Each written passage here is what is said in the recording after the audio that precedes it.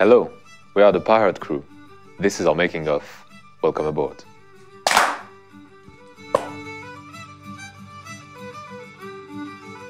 Our desire was to create an offbeat romantic comedy in a quirky environment full of unpredictable events to keep everybody guessing.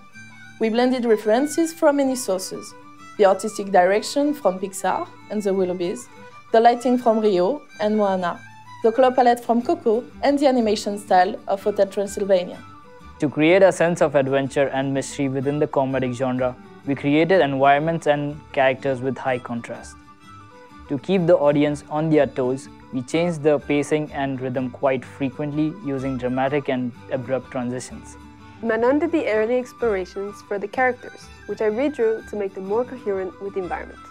Our fast-paced comic adventure was actually quite challenging to tackle due to the large number of highly contrasting characters. The very shape of their bodies needed to capture specific notions and visual clues to accommodate our visual style as well as the animation constraints. The hair systems had to be flexible and allow for detailed grooming.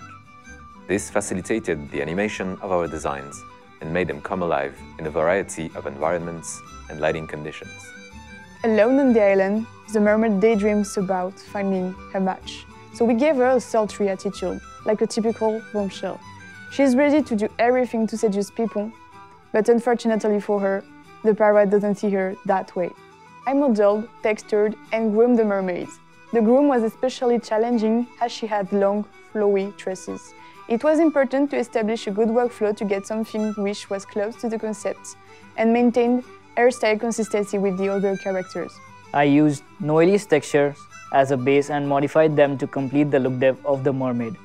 Her tail has a chromatic iridescence which I achieved by blending different colors in the specular to create glistening fish scale effect.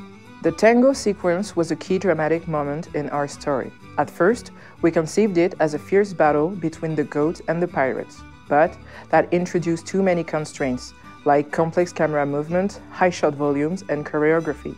We chose instead to do a duel-like dance, which gave more humor to the scene as well as lower rendering times. The animation was based on contrast in the acting, going from semi-realistic to cartoonish and dynamic.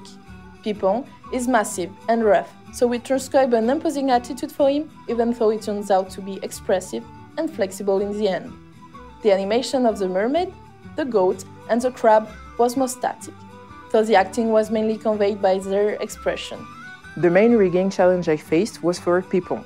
The animation style we chose, especially for the tango sequence, required his massive body to be flexible. It was crucial to allow deformations for pose-to-pose animation without losing key shapes, such as his muscles during the close-up at the lake. For this part, I built a small custom muscle system to avoid making the rig too heavy.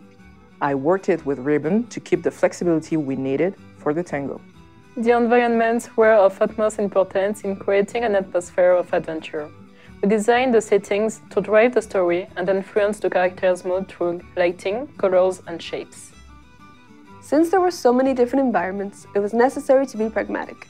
The trap cave and treasure chamber are located in a massive grotto, so I set up a system to create procedural cliff walls and rocks to get as many diverse shapes as possible. Treasure piles were set up to create threatening waves of gold, ready to swallow up Pipon. We wanted the beach to give a sense of freedom and possibility. So for the ocean look depth, I took my cue from Midas lighting, which brought very bright and saturated colors to all the objects and the characters. I also scattered vegetation, rocks, and other elements on the beach to create foreshadowing, to make it seem like Pipon was heading into unknown and dangerous territory. For Pipon's home, it was important that the asset be modeled to look eccentric and quirky.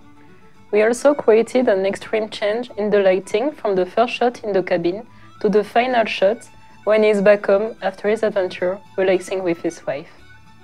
Throughout the film, music and sound effects emphasize the impact of our characters' action on their surroundings. Special thanks to Guillaume Wilmot, who composed the music, Jérémy Piccirilli, Théo Couder, and Lou Touchard from Audio Workshop, who created the sound effects. Thank you for embarking on this adventure with us. It's okay? Yeah.